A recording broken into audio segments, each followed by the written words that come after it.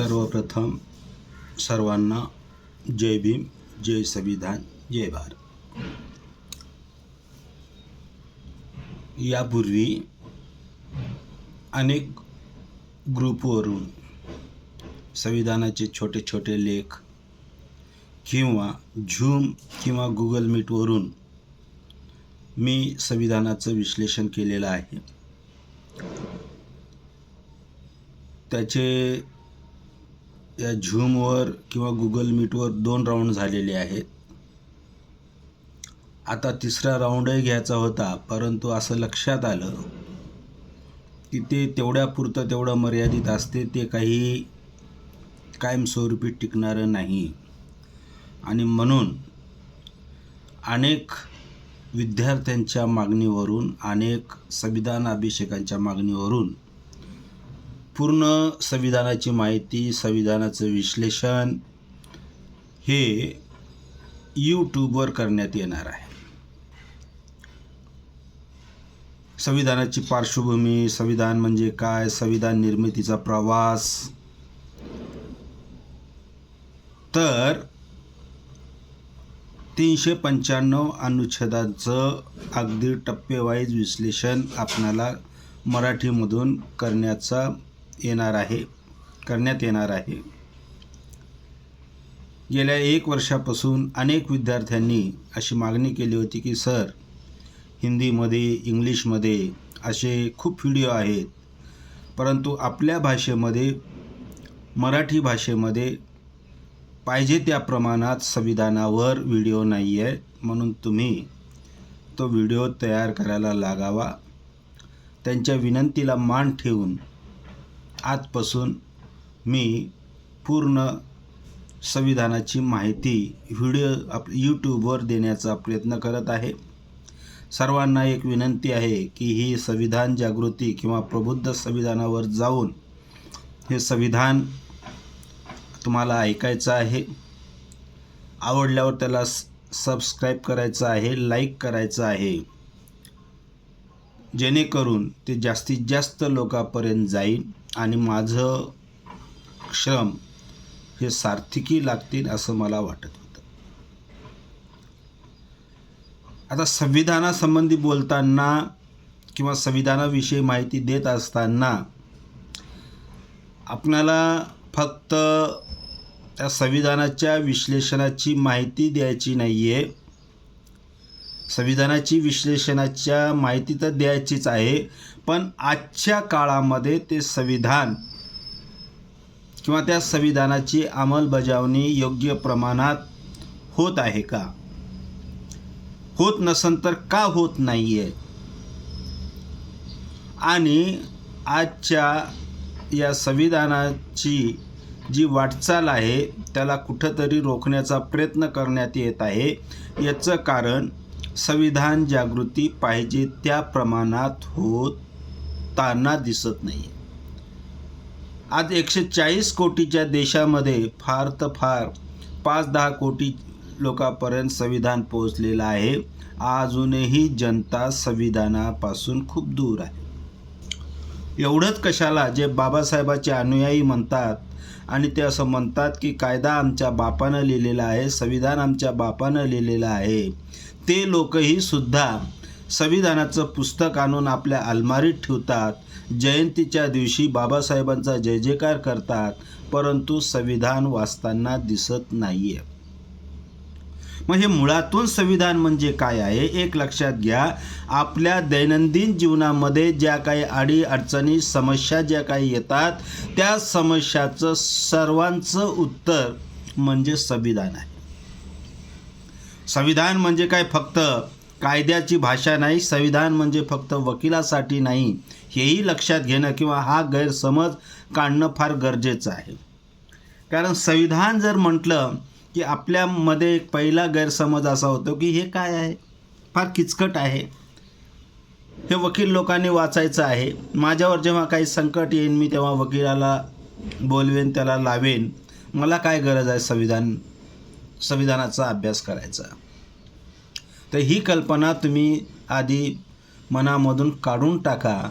ज्या संविधानाच्या आधारे आपला देश चालतो ते संविधान कसं आहे, त्याची योग्य प्रमाणात अंमलबजावणी होत आहे का,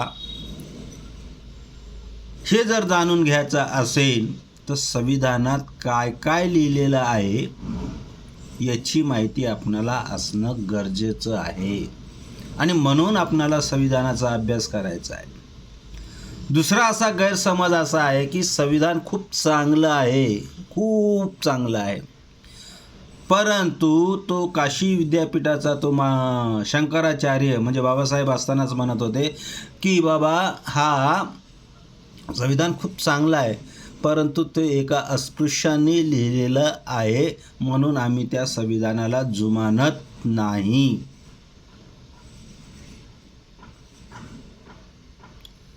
हा एक गैरसमज आहे. दुसऱ्या बाजूनं जर असं बघायला गेलं की जसं आम्ही बौद्ध म्हणतो की संविधान आमच्या बापानं लिहिलं, त्याच प्रकारे दुसऱ्या बाजूनं असं सांगितलं जाते अरे संविधान तर बाबासाहेबांनी लिहिलं, त्याचं आपणाला काय घेणं देणं आहे. हा गैरसमज जर दूर करायचा असेल तर बाबासाहेबांनी जरी संविधान लिहिलेलं असेल तरी ते संविधान देशाच्या तळागाळातील लोकांसाठी, विविध जातीसाठी, विविध पंथासाठी, विविध धर्मासाठी ती किती महत्त्वपूर्ण आहे हे समजावून सांगण्याची जबाबदारी संविधान अभ्यासक, संविधान तज्ज्ञ या लोकांची आहे. आणि जशी ही जबाबदारी त्यांची सांगायची आहे तशीच जबाबदारी तुम्हा आम्हाची समजून घेण्याची सुद्धा आहे. एकदा हे संविधान समजण्यात आलं आणि इथंच न थांबता याचा तुम्ही प्रचार आणि प्रसार करणं अत्यंत गरजेचं आहे. आज देशामध्ये जी जातीयता, जी धर्मांधता माजली आहे याचं महत्त्वाचं कारण म्हणजे सर्वांपर्यंत संविधान पोहोचलेलं नाही आहे. मग हे जातीयता, रूढी, परंपरा, अंधश्रद्धा हे जर दूर करायचं असेल तर आमच्या मनामध्ये, आमच्या मेंदूमध्ये, आमच्या अंतःकरणामध्ये संविधान बिंबवलं पाहिजे. संविधान बिंबवणं म्हणजे त्या संविधानाचे पूर्ण अनुच्छेद, संविधानामध्ये काय काय सांगितलेलं आहे, त्याची अंमलबजावणी योग्य होते का, ह्या सर्वांची माहिती आपल्याला होणं अत्यंत गरजेचं आहे. आणि म्हणूनच 25 नोव्हेंबर 1949ला बाबासाहेब म्हणतात की संविधान कितीही चांगलं असलं परंतु ते राबवणारे जर चांगले नसतील तर त्या चांगल्या संविधानाचा काहीही उपयोग नाही. आज जगातील सर्व मान्यवरांनी भारतीय संविधानाचं महत्त्व अधोरेखित केलेलं आहे. सर्व जगामध्ये भारतीय संविधान उच्च दर्जाचं आणि महत्त्वपूर्ण समजल्या जात असताना भारतामध्ये ते संविधानाची जागृती पाहिजे त्या प्रमाणात न झाल्यामुळे आज संविधानाबद्दल विविध गैरसमज आहेत. ते गैरसमज काढण्यासाठी सुद्धा या संविधानाचा अभ्यास करणं अत्यंत गरजेचं आहे. आमच्या हृदयात, आमच्या मनामध्ये, आमच्या मेंदूमध्ये ते संविधान उतरलं पाहिजे.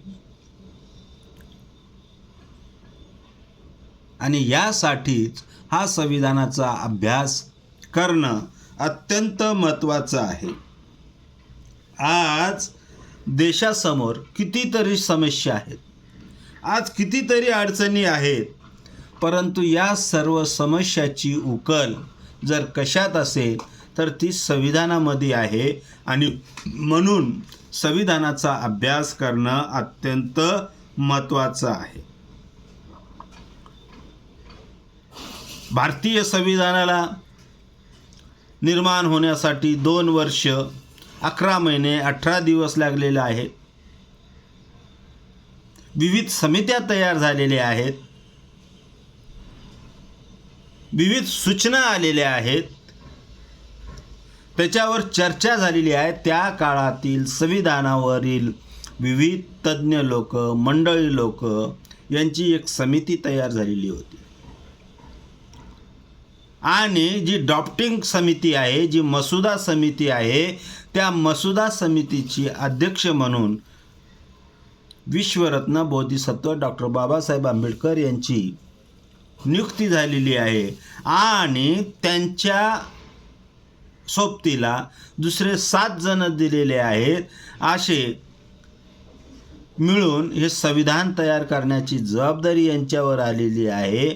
परंतु काही कारणामुळं बाकी लोक त्यांना साथ देऊ शकले नाही आणि म्हणून भारतीय संविधान हे एकट्या बाबासाहेबालाच पूर्ण करावं लागलं. म्हणून भारतीय संविधानाचे शिल्पकार हे डॉक्टर बाबासाहेब आंबेडकर आहेत.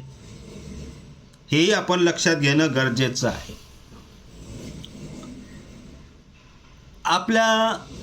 आपलं जे संविधान आहे हे आपलं संविधान विश्वामधलं सर्वात मोठं संविधान आहे. 395 अनुच्छेद आहेत. या 395 अनुच्छेदामध्ये देशाचा कारभार कसा चालावा याची माहिती आहे. भाग 3 मध्ये मूलभूत हक्क दिलेले आहेत. त्या मूलभूत हक्कावर कोणत्याही प्रकारे कोणत्याही राज्यकर्त्याला गदा आणता येत नाही. गदा किंवा त्याच्यावर बंधनं आणण्याचा प्रयत्न झाला तर अनुच्छेद 32 नुसार तिथल्या नागरिकाला किंवा ज्याच्यावर अन्याय झाला त्या नागरिकाला सुप्रीम कोर्टामध्ये सुद्धा जाण्याचा अधिकार या अनुच्छेद 32 नुसार मिळालेला आहे. एका बाजूला मूलभूत अधिकार दिलेले आहेत तर दुसऱ्या बाजूला अनुच्छेद 51 मध्ये आपले मूलभूत कर्तव्य सुद्धा दिलेले आहेत. देशाने किंवा संविधानाने आपल्याला जे काही दिलेलं आहे त्याचं पालन करत असताना आपलीही सुद्धा जबाबदारी आहे की आपण देशासाठी काय देऊ शकतो. कारण नुसतं घेणं ही संस्कृती नाही आहे. ज्याप्रमाणे आपण घेतो त्याच प्रकारे आपणाला काही गोष्टी देणंही आवश्यक आहे. ती झाली संस्कृती.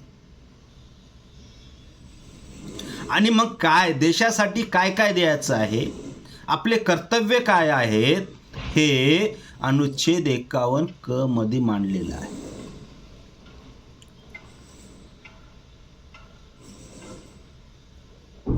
मग राज्याविषयी तत्त्व असतील, विविध पक्षांच्या निवडणुका कशा असतील, ग्रामपंचायत असेल, पंचायत समिती असेल, त्यांचा कारभार कसा चालायचा आहे, ह्या सगळ्यांची माहिती म्हणजेच संविधान आहे. मग संविधान म्हणजे तरी काय, ही गोष्ट आपणाला अगोदर लक्षात येणं गरजेचं आहे.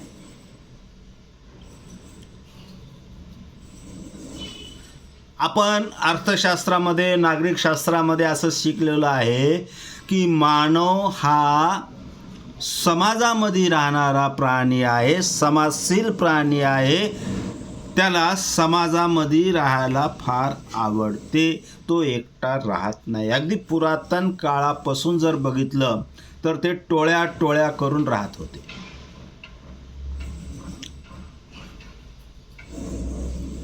मग हा समाजात राहणारा हा जो प्राणी आहे, मग त्याच्या दैनंदिन जीवनामध्ये कितीतरी अडचणी येत होते, प्रसंग येत होते.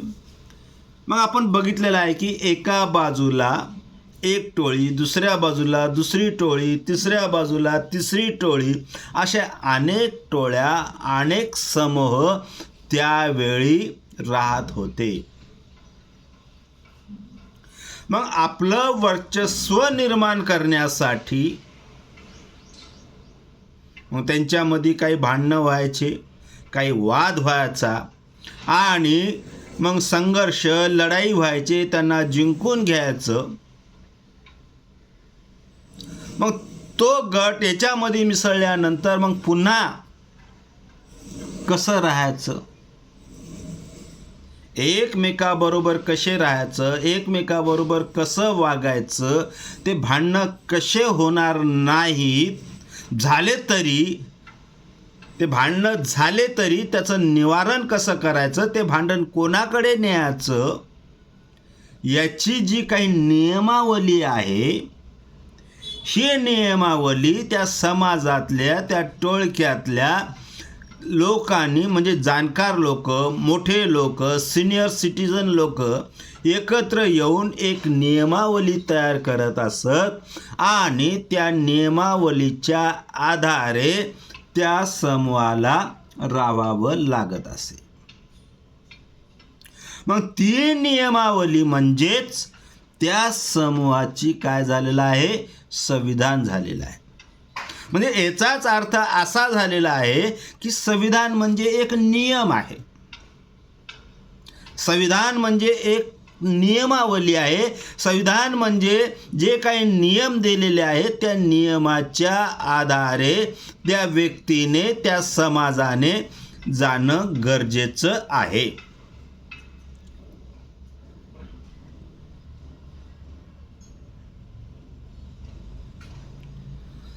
मग पुढे त्या टोळ्यांचं रूपांतर छोट्या गावात झालेलं आहे, तालुक्यात झालेला आहे, जिल्ह्यात झालेला आहे, राज्यात, म्हणजे त्याचा आता विस्तार वाढत चाललेला आहे. जसं विस्तार वाढत जातो मग त्याचे नियमामध्ये सुद्धा बदल होणार ना. गावामध्ये कसं राहायचं त्याची नियमावली वेगळी, तालुक्यामध्ये कसं राहायचं त्याची नियमावली वेगळी, जिल्ह्याची. मग आता प्रत्येकाचे नियम असे जर होत असतील, परंतु एक सूत्रता येण्यासाठी मग जिल्ह्याच्या वरून जे काही नियम होतील ते सर्वांनी पाळायचे. पुढे अनेक गावं मिळून एक तालुका झाला, अनेक तालुका मिळून एक जिल्हा झाला, अनेक जिल्हे मिळून एक राज्य झालेलं आहे आणि अनेक राज्ये मिळून एक देश तयार झालेला आहे.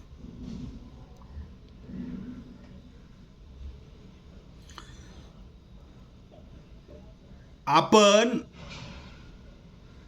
या गावामध्ये राहत असलो, आता समजा आपण नांदेडला राहतो, पुण्याला राहतो, कुठला राहतो, नांदेडमध्ये राहतो, तू कुठे राहतो, पुण्यामध्ये राहतो, कोणत्या राज्यात राहतो, महाराष्ट्रामध्ये राहतो, तू कुठे राहतो, सिकंदराबादला राहतो, तू कुठे राहतो, काश्मीरला राहतो, म्हणजे कोणी हैदराबादला राहिले, कोणी पंजाबला राहिले, कोणी केरळला राहिले. मग हे जरी वेगळे वेगळे असले तरी ते नागरिकच आहेत.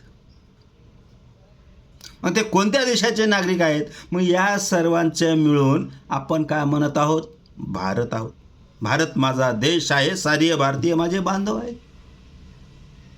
मग सारे भारतीय माझे बांधव आहेत तर त्या बांधवासाठी काहीतरी एक नियमावली असेल ना. महाराष्ट्रासाठी वेगळी, महाराष्ट्रामध्ये राहणाऱ्या नांदेडसाठी वेगळी, महाराष्ट्रामध्ये राहणाऱ्या पुण्यासाठी वेगळी, मुंबईसाठी वेगळी, असं आहे का?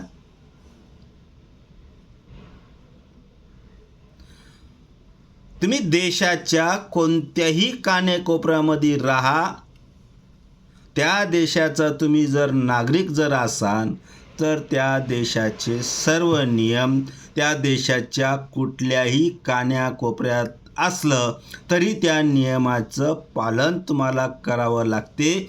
त्या नियमाचं जे पुस्तक आहे ते पुस्तक त्या देशातल्या जाणकार लोक, हुशार लोक, तज्ज्ञ लोक, अभ्यासक लोक मिळून एकत्र येतात, एक नियमावली तयार करतात, त्याचा एक दस्तऐवज तयार करतात.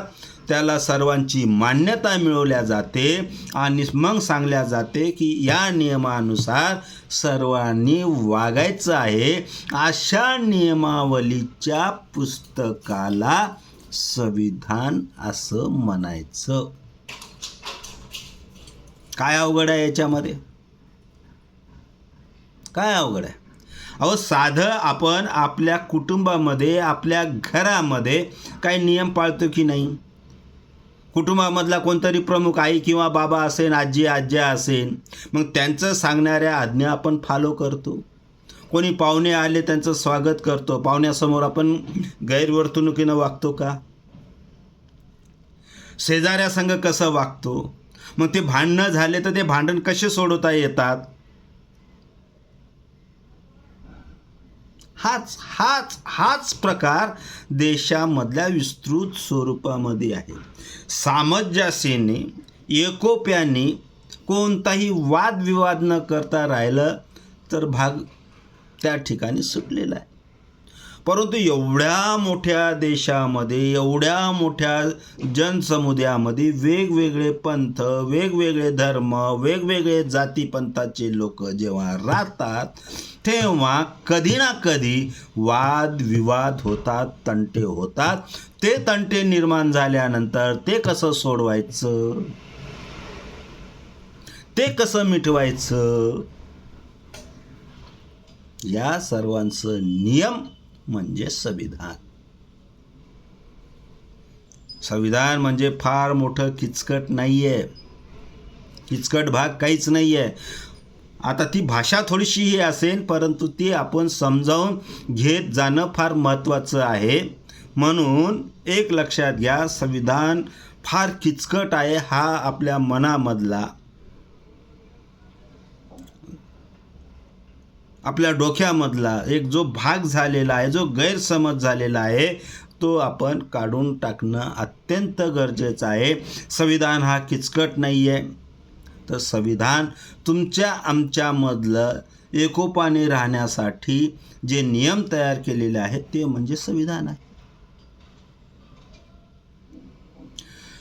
मग हे संविधानाचा निर्मिती कशी झालेली आहे, संविधान सभा कशी निर्माण झालेली आहे, या संविधान सभेवर डॉक्टर बाबासाहेब आंबेडकर कसे आलेले आहेत, संविधान तयार होताना त्याला किती खर्च लागलेला आहे, हे आपल्याला टप्प्याटप्प्याने अभ्यास करायचा आहे. मग एकदा संविधान सभा तयार झाली, संविधान सभेवर डॉक्टर बाबासाहेब आंबेडकर आलेले आहे, मसुदा समितीचे अध्यक्ष झालेले आहेत, हळूहळू संविधानाचा एक एक अनुच्छेद झालेला आहे, पूर्णपणे संविधान तयार झालेलं आहे. आणि 26 नोव्हेंबर 1949ला ते संविधान आपण अधिकृत केलेलं आहे, दत्तक घेतलेलं आहे, अडॉप्ट केलेलं आहे.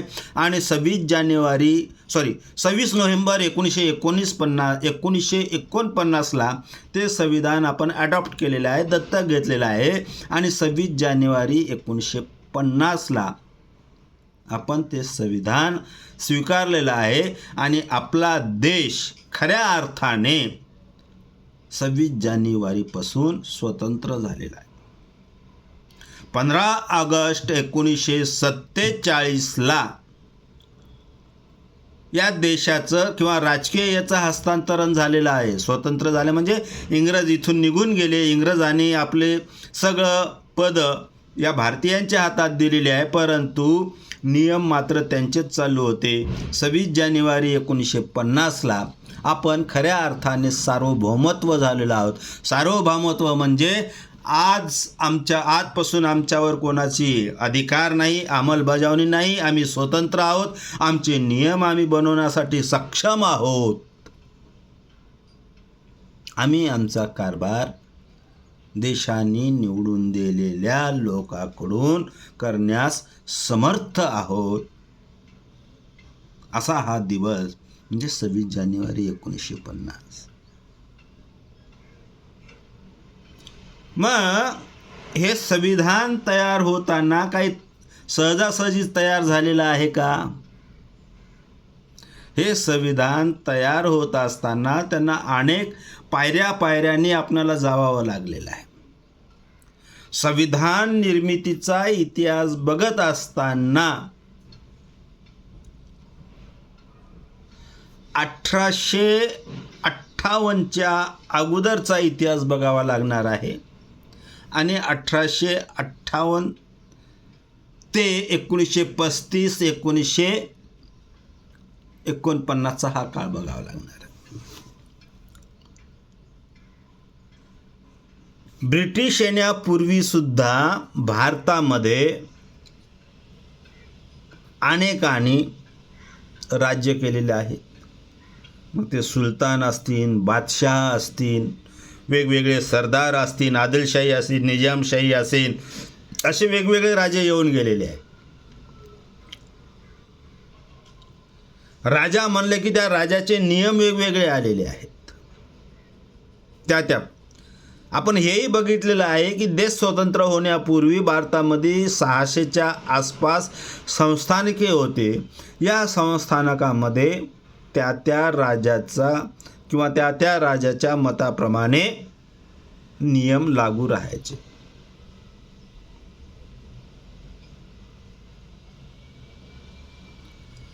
मग 1818ला जेव्हा ब्रिटिशांचा कालखंड सुरू झाला, 1818 ते 1858 पर्यंत, कारण 1857चा एक उठाव झालेला आहे, पहिला स्वातंत्र्याचा जो संग्राम, जो उठाव झाला, त्यांच्यानंतर इंग्रजांना असं वाटलं की आपणाला याच्यामध्ये अजून काही बदल करावे लागतील. म्हणून 1858च्या अगोदरचं, 1858च्या नंतरचे जे काही बदल झाले, कोणकोणत्या सुधारणा झालेल्या आहेत, या संविधान समिती म्हणजे संविधान सभेला या सर्व गोष्टीचा अभ्यास करावा लागलेला आहे. या सर्व गोष्टींचा अभ्यास करून हे नवीन संविधान त्यांना तयार करावं लागलेलं आहे. 1858च्या नंतरही वेगवेगळे कायदे आलेले आहेत आणि महत्त्वाचा कायदा 1935ला आलेला आहे, भारत सुधारणा कायदा. या भारत सुधारणा कायद्यानुसार भारतीय संविधानामध्ये याचे बरेचसे भाग आपणाला दिसून येतात.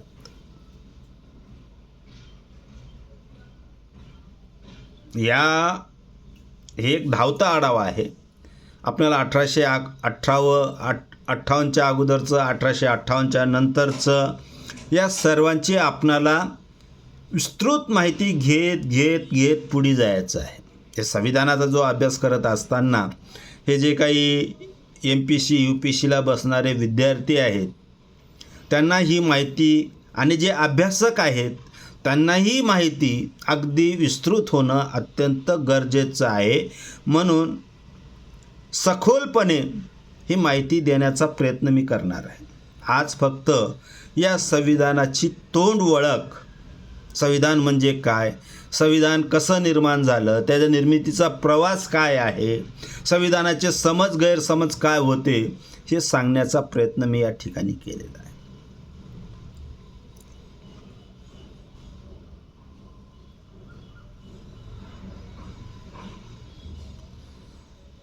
हे करत असताना पुन्हा अजून एक लक्षात येते की संविधान तयार करत असताना त्या काळामध्ये आपण बघितलेलं आहे की भारत स्वतंत्र होण्याच्या अगोदर जवळपास 600 संस्थानिक होते.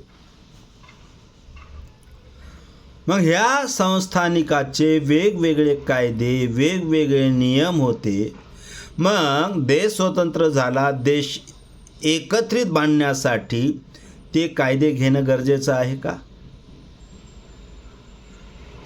त्या संस्थानिकांचं बरखास्त होणं अत्यंत गरजेचं होतं. ते संस्थानिक बरखास्त करणे, संपूर्ण देश एकत्रित करणे आणि या संपूर्ण देशाचा कारभार एकत्रितपणे कसा चालवता येईल याची नियमावली तयार करणे, हे संविधान निर्माण करणाऱ्या समितीवर आलेलं आहे आणि या समितीला पाठीमागचा सगळा अभ्यास करत आधुनिक संविधान तयार करावं लागलेलं आहे.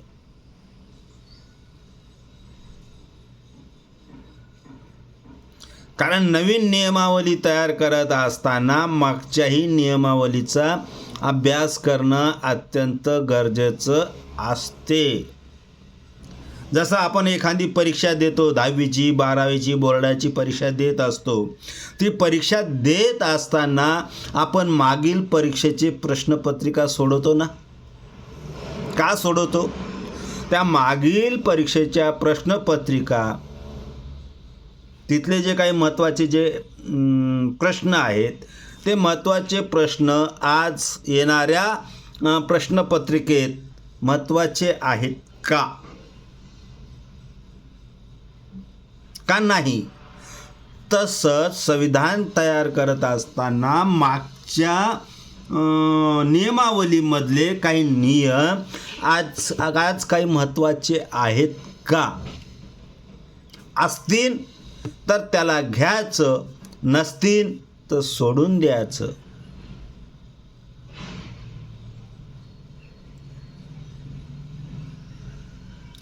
अशा तऱ्हेनं ही समिती तयार झालेली आहे. हा निर्मितीचा प्रवास सुरू झालेला आहे. वेगवेगळे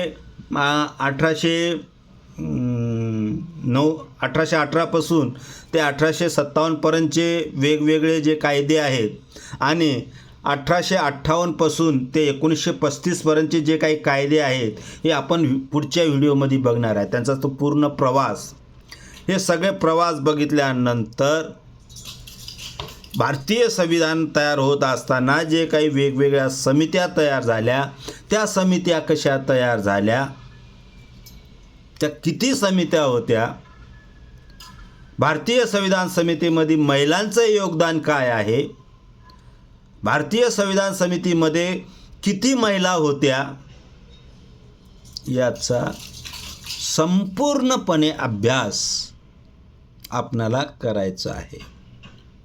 आणि दर एक दिवस आड हा व्हिडिओ तुम्हाला तुमच्या ग्रुपवर येत राहील. जे खरोखरच अभ्यासक आहेत, विद्यार्थी आहेत, त्यांनी हा व्हिडिओ बघायचा आहे, समजून घ्यायचा आहे. काही प्रश्न आले असतील, मनामध्ये निर्माण झाले असतील तर ते प्रश्न विचारा.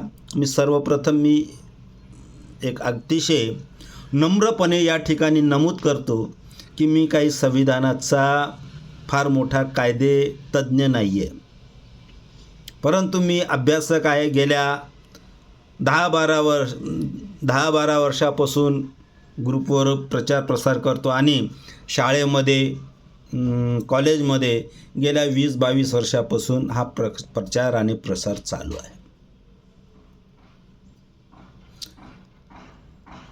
कुठंतरी असं वाटलं की बाबासाहेबाचं जे संविधान आहे हे देशाच्या सर्व समस्याला तारणारं उत्तर आहे, सोल्युशन आहे. आणि हे संविधानाची जर जागृती खऱ्या अर्थाने जर झाली तर मणिपूरसारख्या, खैरलांजीसारख्या घटना होणार नाहीत. म्हणूनही आम्हाला संविधानाचा अभ्यास करणं अत्यंत गरजेचं आहे. अनुच्छेद 27-28 नुसार सर्व धर्माला मान्यता देत असताना राज्यकर्त्यांनी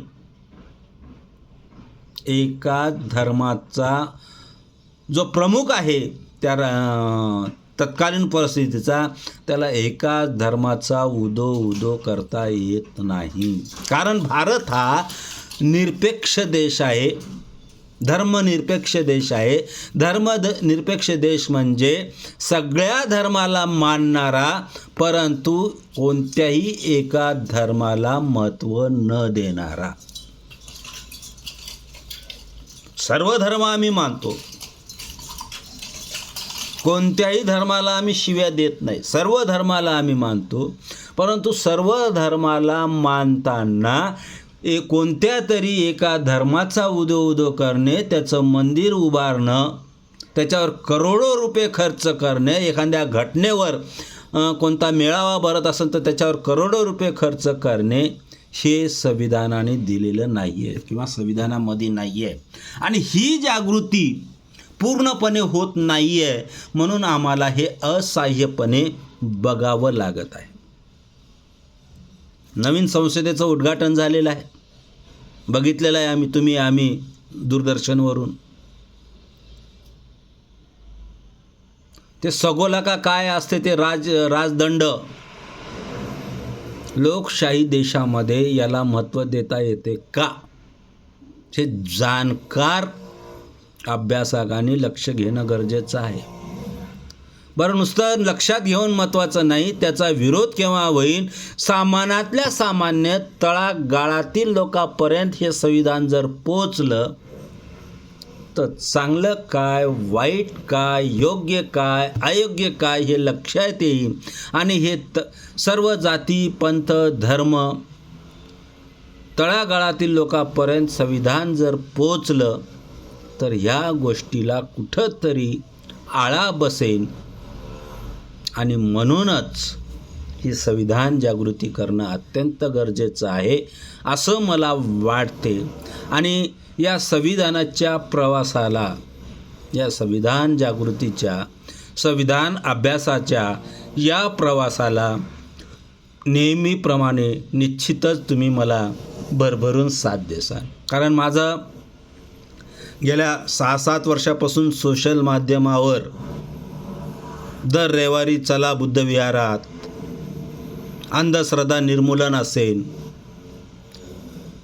किंवा सेंद्रिय खताचा प्रसार असेल, 22 प्रतिज्ञा असतील, असे 10वी-12वीचा अभ्यासक्रम असेल, या सर्व उपक्रमाला नेहमीच तुम्ही मला भरभरून साथ देता. आता नवीन एक उपक्रम आम्ही हाती घेतलेला आहे नियोजन समितीद्वारे, तो म्हणजे महिला सक्षमीकरण करणे, युवा युवतींना विविध शिक्षणाचं प्रशिक्षण देणे, बेरोजगारी कमी करण्याचा प्रयत्न करणे. यासाठी महाराष्ट्र राज्य, भारत राज्य याच्यामधले निवृत्त लोकांचे, जे जाणकार लोक आहेत, यांची एक नियोजन समिती तयार झालेली आहे. अजून त्याच्यामध्ये काही घ्यायचं आहे. खरं म्हणजे तर हे 2 वर्षापूर्वीच झालेलं होतं, आराखडा सगळा तयार झालेला होता. परंतु त्यावेळेस या समितीमधले जे अतिशय अनुभवी लोक आहेत, जे तज्ज्ञ लोक आहेत, ते असाध्य आजाराने ग्रस्त झालेले असल्यामुळं आम्हाला पुढे जाता आलेलं नाही. परंतु तुमच्या आमच्या सहकार्याने आज सर्वांच्या तब्येती चांगल्या झालेल्या आहेत. आणि महत्त्वाचं म्हणजे या नियोजन समितीमध्ये पारदर्शकता यावी म्हणून आपणाला या नियोजन समितीचं एक संविधान तयार करायचं आहे. कारण कुठेही संविधानाशिवाय, नियमावलीशिवाय काही होऊ शकत नाही आहे. देशाचं संविधान वेगळं, संस्थेचं संविधान वेगळं, शाळेचं संविधान वेगळं, राज्य, हे प्रत्येकाचं. तसं या आपल्या नियोजन समितीचंही एक संविधान तयार होणार आहे.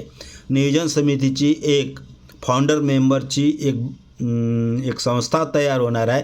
त्याच्यामध्ये आम्ही जास्तीत जास्त लोकांना समाविष्ट करून, सध्या तरी महाराष्ट्र राज्यापुरतं हे मर्यादित आहे, महाराष्ट्रातल्या तमाम महिला, युवक, युवती यांना सामावून घेण्याचा हा प्रयत्न आहे. याचंही पुढे ऑनलाईन मीटिंगी घेऊन आम्ही याची संपूर्ण माहिती देणार आहोत. वेगवेगळे उपक्रम आमचा हा राबवण्याचा प्रयत्न आहे. तर या सर्वामध्ये तुमचं सहकार्य अत्यंत गरजेचं आहे. आज संविधान म्हणजे काय आहे, निर्मितीचा प्रवास, हे अगदी तोंडवळख आज घेतलेली आहे. म्हणजे त्याला काय म्हणता येईल, आपण थोडक्यामध्ये प्रस्तावना किंवा 2 शब्द हे थोडीशी माहिती सांगण्याचा प्रयत्न केलेला आहे.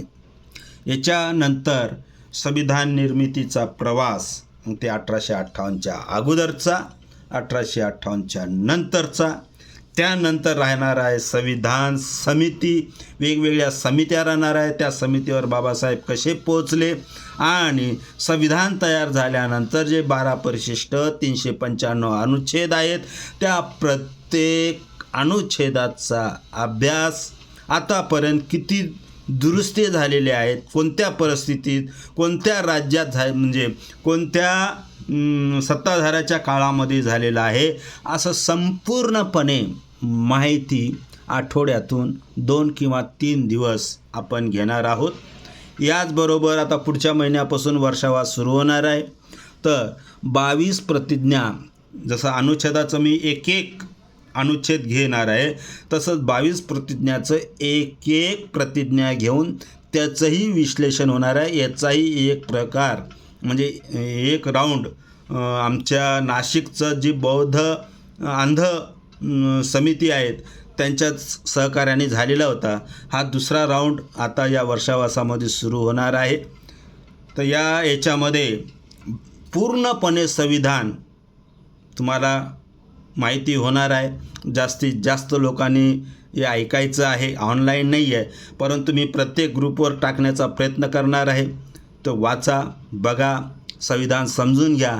कारण काय व्हायले, आमचे जे मित्र आहेत नूरखा पठाण सर, ते अतिशय छानपणे छोटे छोटे ग्रुपवर टाकत आहेत.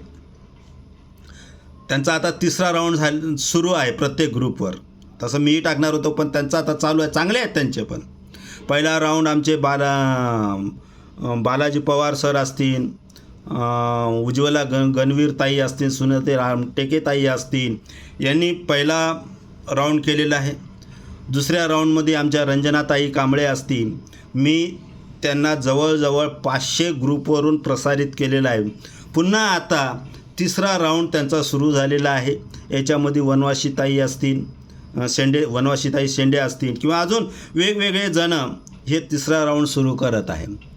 परंतु एक लक्षात असं आलेलं आहे की ग्रुपवरून वाचत असताना अगदी ते 5 मिनिटाचं असेल, 2 मिनिटाचं असेल, पण तेवढंही वाचायला लोकांना कंटाळा येत आहे.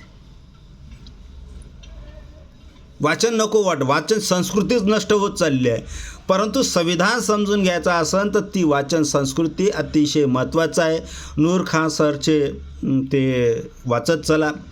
त्यानंतर मी जे हे व्हिडिओ प्रसारित करत आहे, एक दिवस आड 40-45 मिनटं लक्षपूर्वक देऊन ऐका, जेणेकरून भारताचं जे महत्त्वाचं जे दस्तऐवज आहे, त्या दस्तऐवजावर आपल्या देशाचा कारभार कसा चालतो